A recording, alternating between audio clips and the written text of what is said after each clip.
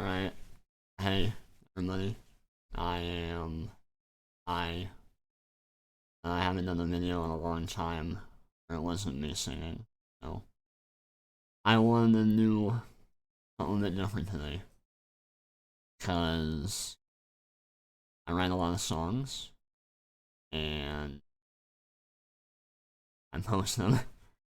I feel like there's a lot of interesting stuff behind the scenes about, what I'm thinking when I write them, what different stuff means, and I just wanted to find out the thing where I talk about the song that I released on Sunday and post up on Tuesday. Kind of like a director's commentary, I always.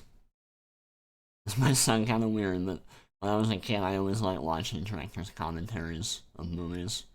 Like, I remember watching the director's commentary to, Over the Hedge over and over and over again in my grandma's car, because I don't know, I just thought it was interesting, so I thought I'd do something like that here. Because there is interesting stuff. My stuff. Well, let's get going. The song I posted this week is called The Ring. One of my older songs, actually. I wrote this almost 2 years ago. In November of 2021. Big shock, I don't actually write all of my songs the week that they're posted. I write a lot of them the week they're posted, but some of them are older songs that I haven't posted. I actually posted a mock-up of this video in November 21. Or a mock-up of this song, rather, in November 21. And it's still on my YouTube channel. I don't know if I listed it or not. But it wasn't great. The audio quality was terrible, and the singing was... I mean, the singing in this one isn't that good, but it was a lot worse back then. So I re-recorded it. I actually cleaned up some of the lyrics, and they're a bit different, and this is a more complete version of the song anyways. So... I'm thinking, before I actually play the video, I don't know why it's buffering like that. It shouldn't be buffering, whatever. I'll just get into a little bit what the song is about and how it came up. So, my first semester I was in college, I was reading a book by... what's his name? I think his name is Brian Saunders. The book is called Lincoln and the Bardo. And I'm not gonna spoil it. It's a good book. It's an interesting book. I was reading it for a class, and broad strokes, the book is about a bunch of ghosts in a graveyard who don't realize they're dead. And I believe it's near the end of the book, one of them realizes that his wife, who has been coming to see him, is alive and he's dead. And I wanted to write a song that's kind of from, the spouse's perspective, just talking to a graveyard as you're about to get married to somebody else. And so that's how I wrote this song. And we'll just get into it. Hold on. Uh-oh. I gotta fix that. Y'all can actually hear the song.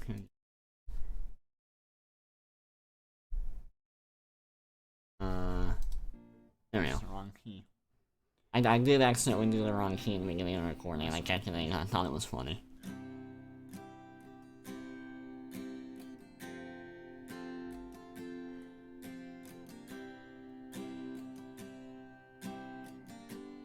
Those are good chords. I was thinking last night about you and me, the two of us together, what that would be. So I'm sure you noticed this on your first listening to the song, but I wanted the song to kind of read like a normal love song, like the speaker is proposing to his or their.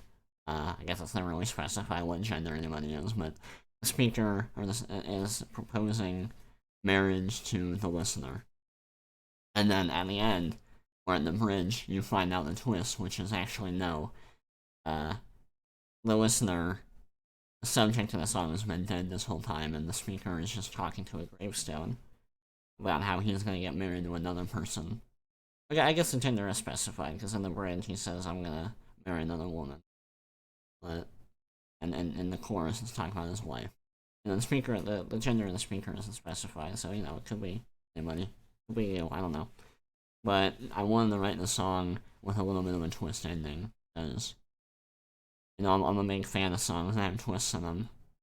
One of my favorite songs of all time is Adam's song on Blink-182, where it's not really that there's a twist, but it's just more that, like, the meaning of the song changes in the last chorus. So, and that's probably what I was thinking about when I wrote this. So basically everything from the beginning up to the bridge is supposed to get you to think, you know, oh, this is just a generic love song he's proposing to his girlfriend. There are little hints here and there, though, that something is not right. I thought about that house you liked, the one by the lake, and I got this feeling I just couldn't shake, and it would.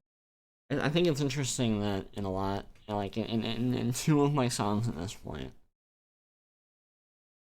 two songs that were written near the same time even.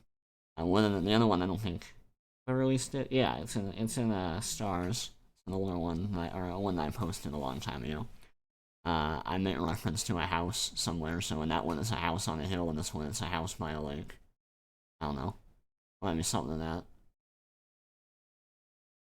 Be better if you and I could always be together like lovers should. I can't bear to be without you, my dear. I bought you this ring and I'm holding back tears. So when I initially wrote this song, there was a lot of debate in my head over whether or not that word should be or whether or not that line should be I bought you this ring or I brought you this ring. And I eventually decided on bought because on the one hand, you know, I feel like it's a bit stronger than I brought it, and on the other hand, I think that the image of this guy as having bought this girl a ring before she died, which it's never actually specified in the song, like when that happened, how long ago, or how that happened. In my brain, I always kind of assumed that it was he never got the chance to propose to her, and then she died like a car accident or something. I always kind of assumed it was a car accident. Although if you really want to, you could connect this song to Where You Go and say that it's the same person singing, so maybe it was suicide, I don't know. But the reason I eventually went with Bot is just because I felt it was stronger, and it gives you more of a sense of, you know, he did this, and I think it adds to the whole image of what you're supposed to think it is initially versus what it ends up being. Other than that, I think the line "I can't bear to be without you," definitely in the second verse, there's a bit of stuff where once you get the context later in the song, you're like, how comfortable is his actual like new life with the way that he treats this dead person? I don't know. I don't know. Oh, my sweet love, to see you with me would be everything that I could ever need. To love you and hold you, make you my wife, is all that I would need to lead a good and happy life. And I think you can definitely read, you know, lines like the one in the verse I was just talking about, and the way the chorus is written, as kind of bringing the song like almost a character change in the speaker, right? When we get to the bridge, and he's like, "I found another woman. I truly do love her." Where, you know, this is his last hurrah of like, "I'm sorry, I can't marry you, but I'm moving on now, and I have to let you go." And I think that's really the way you gotta read it. So, you know, this is the last time he's gonna visit this gravesite because he's moving on with his life and all that stuff. I brought you some flowers just like you like. This is another one I debated where I was like, am I gonna put just like you like or just like you liked past tense? And I eventually decided on the first one because I feel like the second one almost gives away too much a little bit too early. And the first one is not totally out of the question, you know, he's still talking to her, kind of like she's still there. But if you really read into the line, you realize, you know, why is he bringing her flowers? That might be a thing to do in a proposal, but, you know, it's also, he's gonna leave her by her grave. Also, orange and white. Hold on, is the word tulips in here? I brought you some flowers just like you like. Roses and tulips yeah, roses and tulips. The colors of the flowers, I'm not entirely sure if those match up with what really exists. I feel like I definitely looked it up, and I confirmed that that's how flowers in the real world exist. Like, there are definitely orange and white tulips and roses, but if there aren't, I don't know. Fucking, I knew what I want. Rhymed. The meter was good, so I'm gonna keep it in there.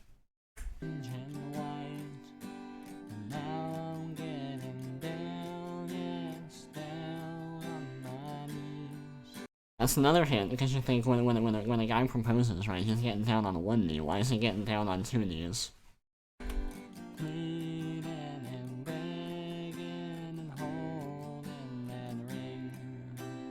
And then, of course, there's the second half to it, like, why is he pleading, who is he pleading with, why is he begging, you know? And that's your first really, really strong hint that something about this ain't right. Let me get the chorus again.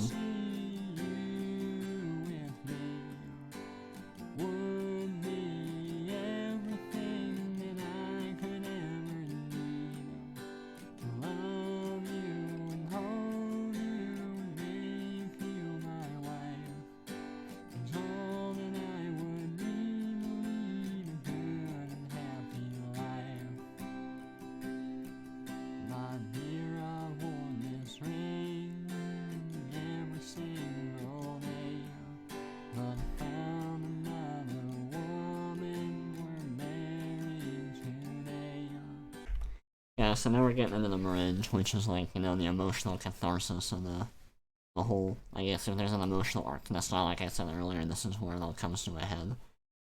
And the thing about the bridge to this song is I had too many lines in it, and I really liked, which is why the bridge has 5 lines instead of 4. And you know, you might say it's clunky, you might say I should have gotten rid of one. I couldn't get rid of any of them, so I just kept them all in. Just the same as the last chorus has an extra 2, like an extra half. Because I wanted to keep the full chorus and add like the outro kind of where it's the second half of the chorus, I don't know. I truly do love her, oh yes I do. But I can't love another the way that I love you. That right there, I think it's probably my favorite line of the whole song. I truly do love her, yes I do, but I can't love another the way that I love you. It's so good. It almost gives me goosebumps every time I fucking do it. I think there's definitely an aspect to that kind of undercutting the emotional message, but I think at the end of the day, you know, it's like, life is life, and shit happens, and, you know, this person that the speaker is speaking to might be their first and strongest love, but the second person, you know, it's not gonna take away from that. They love this other person almost as much, you know? I don't know. So I'm leaving this ring here because it belongs to you. That's the line that I didn't Great screen cap, by the way, just me, open mouth. But that last line there is the one that I didn't want to get rid of any of the lines in the song. I felt Air in the Bridge, because I felt like the first two were important exposition, you know, and it's explicitly stating, or almost explicitly stating that this person is dead. I'm going to marry another. The second two lines, I didn't want to cut them because I love them. I just said that. And then this last line, I want to add in there because it's emotional and, you know, it adds a little cap to the arc, like I was talking about. So I couldn't really get rid of any of these 5 lines. Put them all in there. Oh, my sweet love, see you with me. Would be everything that I could ever need. To love you and hold you and make you my wife is all that I would need. No need a good happy life. But now all I have of the love that we made is a memory, a photograph in your white marble grave. So I really did debate whether or not to just completely overwrite the last 2 lines in the third chorus. Because I think that's what it originally was the last chorus didn't have the happy life, making my wife lines, and it was just replaced by the white marble grave section. But in the end, I decided to just tack that on in the end instead. Because, I don't know, I felt like it. I don't know, it's definitely a choice. I think just for continuity, having the same chorus the whole way through works better, and then having the outro be just an extra half of the chorus, I think it works the best. That's a good song too, by the way. Oh shit. So I don't know. That was this. I'll go back to the other one. If you like this video idea, actually no, we're gonna like him. If you like this video idea, you should like the video and comment. Watch the whole thing through. If you want to see me do more of this, I'm gonna keep doing more of this because it was fun. But I don't know. Tuesday's a weird day for me. So yeah, this was fun for me to do. I hope it was fun for y'all. Bye.